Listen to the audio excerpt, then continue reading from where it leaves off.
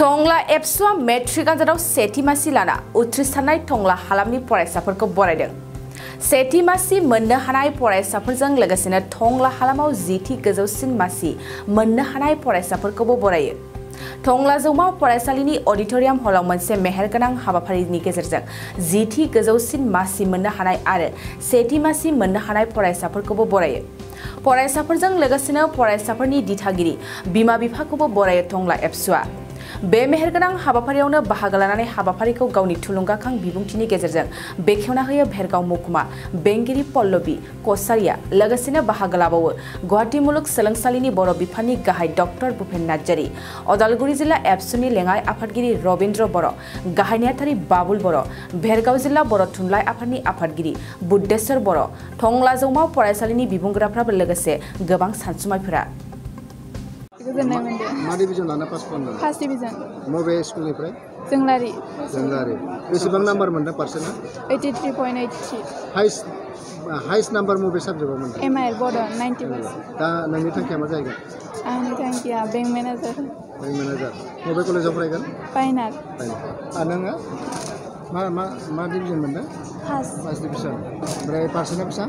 81.83। 81.83। ओमफ्राय मा स्ट्रिम लानानै फरायनो सानदों? आर्ट्सआव। आर्ट्सआवहाय। नोंनि भबिष्यत हबि थांखि? आं UPSC एग्जाम होनानै बेयाव साख्रि मावगोन। UPSC एग्जाम होनानै साख्रि मावगोन।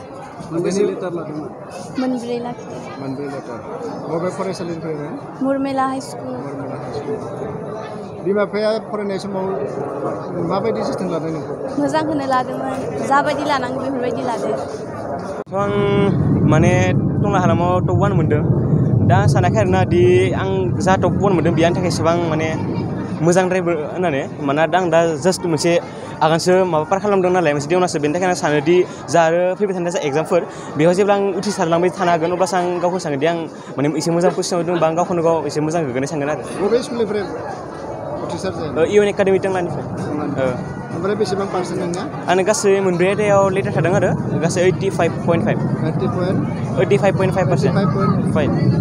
ओमफ्राय बेबायदिनो मा स्ट्रिम लानानै फरायनो सानदों? आं दा साइन्स स्ट्रिम लादों। बेसेबां घन्टा फरायदोंमोन?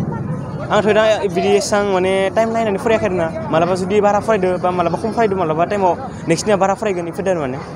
फरायनाय समाव नोंखौ सोर बेसेबां जोथोन लाया? बेफोरबायदि बुंनो थाङोबाथ' न'खरनि मानसियानो आरो बेजों लोगोसे सारमोन स्कुलनि टिचार्स। आइ आरो आफा बे सानैनि मादाव सोर सासेया बांसिन जोथोन लाया? दाथ' आफाया बाहेरायाव थांनाय जायो नालाय बाजाराव, हाइस्ट बांसिनै आइयानो लागोन जोथोन। एसे माने गोजौबो नंद्राया माने गेजेरावनो गेजेरावनो जासिगोन आरो। जायफोरा नोंजों लोगोसे एग्जाम होदोंमोन बिथांमोना माखासेया उथ्रिसारनो जानो हायासै, बिथांमोननि थाखाय मा साजेसन लागोन? मा बुंहरगोन बिथांमोननि?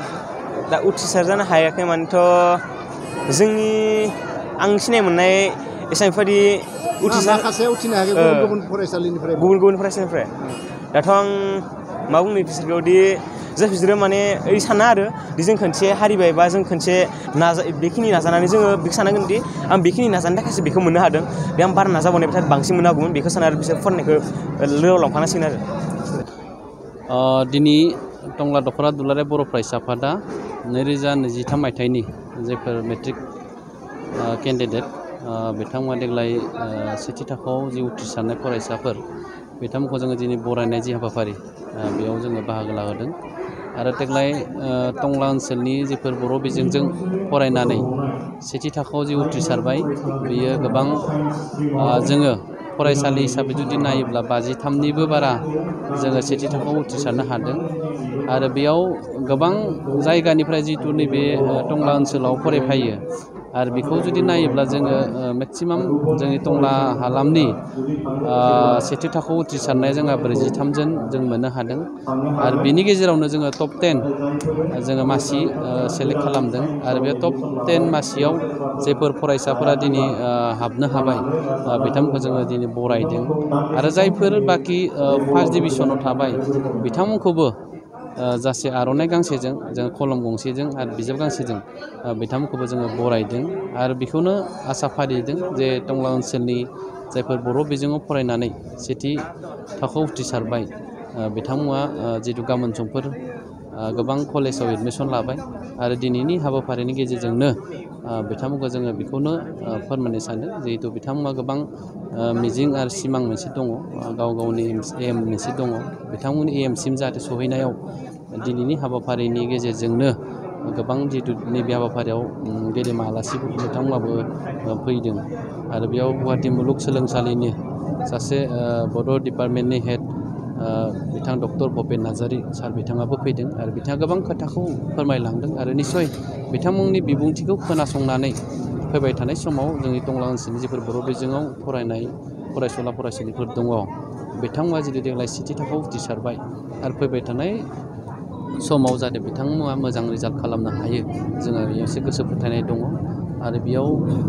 जोंनिनो भेरगाव महकुमानिनो एडिसि बायद' बिथां पल्लबि कछारी मेम बिथाङाबो फैदों आरो बिथाङाबो गोबां मेसेज होलांदों आरो बिथांनि मेसेजनि गेजेरजोंनो जों आसा फारिदों टंला एबसुआ फैबाय थानाय समाव जाहाथे साफ्रोमबो फरायसाफोरा गावनि जिउ दानायाव जाहाथे आवगायलाङो मोजां मोनसे सिन्ताधारानि गेजेरजों आरो बिथांमोननि जि सिमां बे सिमाङा जाहाथे जाफुङो आं बेखौनो हास्थायदों सारा आसाम नाङैनो दुलाराय बर' फरायसा आफाद आरो बर' थुनलाइ आफाद जथाय जोङो मोनसे हाबाफारि लादों खुदिसारनाय हाबाफारि बे जे जोङो मोनफ्रोमबो फरायसालि बा जौमा फरायसालि बा मुलुगसोलोंसालिनि फरायसाफोर फोरोंगिरि दिथागिरि आरो जोंनि एबसुनि बा थुनलाइ आफादनि साफ्रोमबो दैदेनगिरिया नैबे गोसोम बेच लानायनि गेजेरजों नैबेखौनो जोङो फोरमायनो नागिरदों जे बे खुदिसारनाय मानो होननानै बुङोब्ला जोङो आसाम सरकारा दिनै जोंनि बर' बिजोंनि फरायसालियाव जे मोनसे जाबसिननाय होननानै बुंनांगोन बिथांमोना जे बर' मिडियामनि जि क्लास 6नि मेथ्स आरो साइन्स लेखा बर' बिजोंनि लेखानि सोलाय बिथांमोना इंलिस बिजोंजों बिजाबखौ जों जाबसिनना होनायखौ जों नुनो मोन्दों नाथाय जों बेखौ जों गनाया जों माब्लाबाबो जों बेखौ गनायनानै लानो हाया मानो होननानै बुङोब्ला जोङो दिनै बुहुमनि पण्डितफ्रा बुंदों जे बुहुमनि बयनिख्रुइबो देरसिन राव होननानै बुङोब्ला बिमानि रावखौनो देरसिन होननानै बुंदों आरो दिनै निउ इडुकेसन पलिसियाबो बर' बिजों एबा बिमा रावजों सोलोंथाइ होनांगौ होननानै अलरेडि NEP आ मोनसे घोषणा होदों नटिफिकेसन दिहुनदों थेवबो जोंनि स्टेट लेभेलनि बा स्टेट सरकारा आसाम सरकारा मा खालामदों जे जोंनि बर' बिजोंखौ फोथैनायनि नोजोरजों बिथांमोना गाज्रि नोजोरजों जोंनि बिजोंखौ फोथैनायनि थाखाय बिथांमोना खामानि मावनायखौ जों नुनो मोन्दों बेखायनो दिनै जोङो बे खुदिसारनाय हाबाफारिखौ जों सारा आसामावनो लादों आरो दिनैल' नङा फैगौ 15 जुनाव जोङो मोनसे गेदेरथार मोनफ्रोमबो जिल्लानि हेडक्वार्टाराव जोङो मोनसे खुदिसारनाय हाबाफारि लादों बेयाव आरो मोनफ्रोमबो फरायसा आफाद बा थुनलाइ आफादनि दैदेनगिरिजों लोगोसे रायजो राजा मेलेमजिबि बिथांमोनाबो बाहागो लागोन आरो नोंथांमोननि नैबे जे पर्टेल निउसनि गेजेरजों बेखौनो आं हांख्रायगोन बा खावलायगोन जे साफ्रोमबो बर' माहारिया जावरिखांनायनि मोनसे सम फैदों मानो होननानै बुङोब्ला दिनैनि तारिखाव जोंहा बर' बिजोङा मोनसे अलखदाव थांगासिनो दङ आरो बेखौ अलखद समखौ जोंनि आथिखालनि सरकारानो लाबोदों होननानै जों बुंनांगोन मानो होननानै बुङोब्ला बर' मिडियामनि लेखा बिजाबखौ जुदि बोखारनानै होयोब्ला अट'मेटिकलि बेयो बर' बिजोङा थैलांगोन बर' बिजों थैयोब्ला जोंनि रावा थैगोन राव थैयोब्ला जोङो जाथि हिसाबै थांना थानायनि अस्तित्वआ थानाय नङा बेखायनो नोंथांमोननि नैबे जे निउस चेनेलनि गेजेरजों हांख्रायदों साफ्रोमबो जाहाथे रायजो राजा नोंथांमोना लोब लोब फैनानै बे जे होज्रि खावनाय बा खुदिसारनाय बे धरना बे हाबाफारियाव जाहाथे बाहागो लाफैयो आं बे बयखौबो आङो जिल्ला एबसुनि जानानै आं खावलायदों मोनसे गोजोनथाव खौरां 2023-24 सोलोंथाइ बोसोरनि थाखाय 11-12 थाखोनि गोदानै मुं थिसननाय लानानै फैदों बाक्सा जिल्लानि सालबारि बाजारनि साखाथियाव थानाय सेन्ट जेभियार्स इंलिश स्कुला देग्लाय बोसोरनिफ्राय सेन्ट जेभियार्स इंलिश स्कुलाव आर्ट्स आरो साइन्स आयदानि थाखाय गोदानै फरायसाफोरनि मुं थिसननाया दायो सोलिगासिनो